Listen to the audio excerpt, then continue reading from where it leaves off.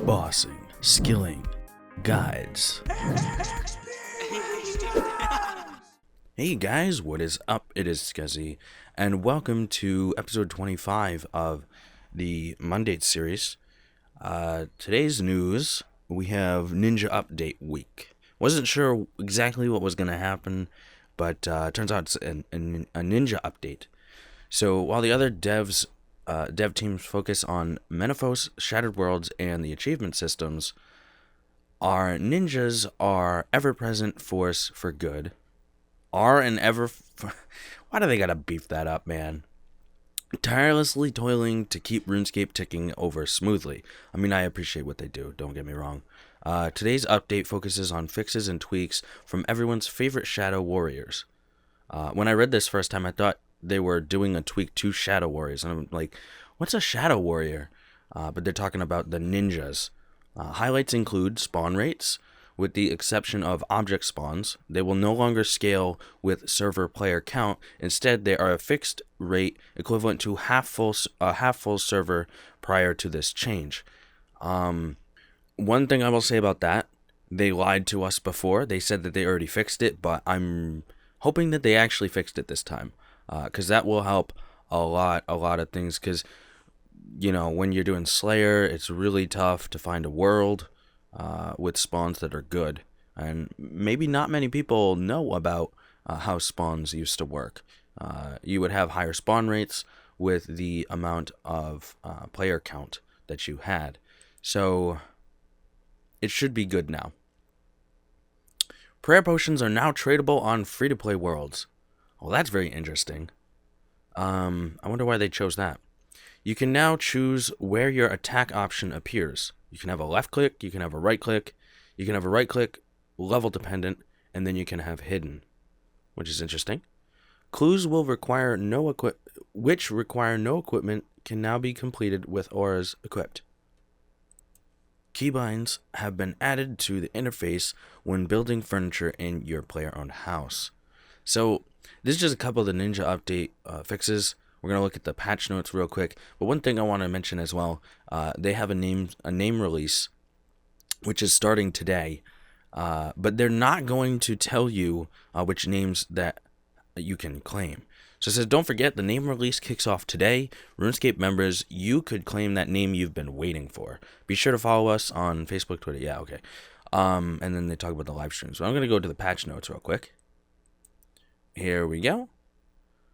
So I'm going to read off the ones that I think are most important. You can read the other ones if you want. Players now only need to click on the Clan Citadel loom once, continuing to weave automatically until there is no thread left to weave. That's pretty cool. Now you can AFK that a lot more than you were previously. A timer bar has been added when using Crystallize to show the duration of the spell. Very helpful, so you know when it's going to end, so you can actively prepare when to do your next one. Players are now able to check when their next eligible force to force a Slayer task with a Slayer mask. This can be done via the check kills option on all masks with a 3-day cooldown. Added a configure option to portable braziers, portable crafters, and portable fletchers. Now, one thing that comes to my mind is that the portable crafter was very, very difficult to use with tanning dragon hides, so that's definitely going to be good. You're going to have it's going to be a left click option now. It's going to be much easier to do. And that could be a good money-making method for people. It is no longer possible to destroy augmented items by dragging them from the worn interface. Now, the worn interface, that's really weird. You shouldn't have ever been able to do that, but I'm glad they fixed that. The golden final boss title is once again visible on the title's interface if all the requirements are met. Araxi will no longer rarely instantly kill herself upon spawning. That is so weird. That's really, really weird. Updated the combat stats to the Lunar Ring Eye. I might have to check that out to see if it's good, to be honest.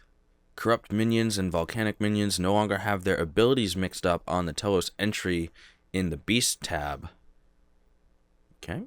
Added an Enrage Additions section to the Telos section on the Beast tab. Audio has been added to pouring tea to and from the tea flask and when drinking from the tea flask. Players can no longer enter a next Angel of Death fight that is in progress.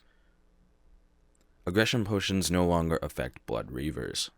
Players can now check when their account was created and the amount of time spent playing at Hans in Lumbridge. It is now possible to create an attuned crystal teleport seed with unlimited charges for 4,000 harmonic dust. So if you guys have extra harmonic dust, I do suggest doing this because it's going to save you a lot of hassle going to charge those crystal teleports. But non-attuned crystal teleport seeds now have 8 charges instead of 3. The price to recharge the non-attuned crystal teleport seeds has been increased slightly to compensate that.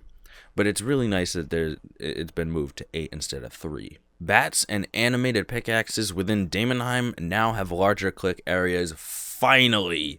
Took you 7 years. 7 friggin' years. Thank you.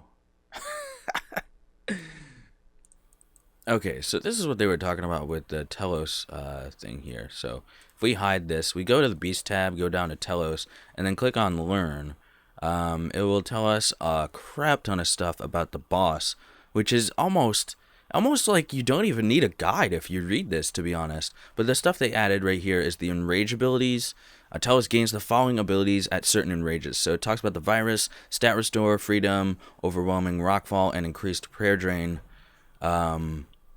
So those are things that happen at different percent enrages. I don't really want to go into that, but yeah.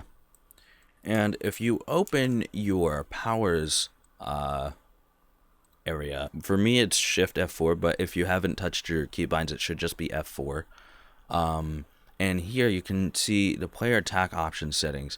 So when you're attacking players, you can go by the combat level. If you're attacking NPCs, you can go by the combat level, or you can just change it to left click. I think I want it to just be left click because when I'm killing Telos, it's going to be higher level than me. So it's going to be a little weird if I, unless this is exactly how it was before. We'll find out, I guess. But yeah, you can change that. So I think that's going to do it for this video. Come back tomorrow for another one, and I will see you then. Peace. Thank you so much for watching the video. I hope you enjoyed it. Hope you have a great day. Follow me on social media and subscribe for more. Peace. Lions roaring in the morning sun, searching for a longer day. People feeling